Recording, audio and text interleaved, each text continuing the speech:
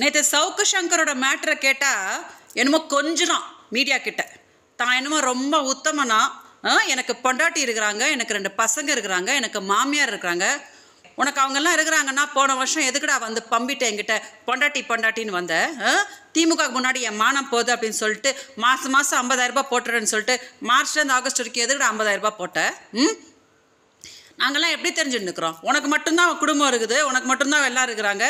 என்னையும் கர்நாடகாவில் ஜக்கேஷ்ன்ற ஒரு நடிகர் கூடயும் சேர்த்து வச்சு அசிங்கமாக பேசினேன் பொண்டாட்டின்னு சொல்லிட்டு. அந்த வழக்கை வந்து நான் கர்நாடகாவில் கொடுத்து உன்னை என்னன்னு பார்க்க வைக்கட்டுமாடா? நீ எல்லாம் அடங்க மாட்ட. உனக்கெல்லாம் என்ன தெரியுமா? நெக்ஸ்ட்டு கர்நாடகாவில் வந்து ப்ரெஸ் மீட் வச்சு கன்னட அமைப்பினர்கள்கிட்டலாம் சொல்லி இதை வந்து நீதிமன்றத்தில் மீண்டும் இந்த வழக்கை கொடுக்க வச்சு 14 வருஷமாக நான் வந்து கர்நாடகாவில் பிறந்த பொண்ணுன்றதுக்காக என்னை போட்டு இப்படி டார்ச்சர் பண்ணுறான் அப்படின்றது. நெக்ஸ்ட்டு கர்நாடகாவில் இருந்தாண்டா உனக்கு என்னென்னு பண்ண வைக்க போகிறேன். ஏன்னா நான் தான் சொல்லிட்டேனே,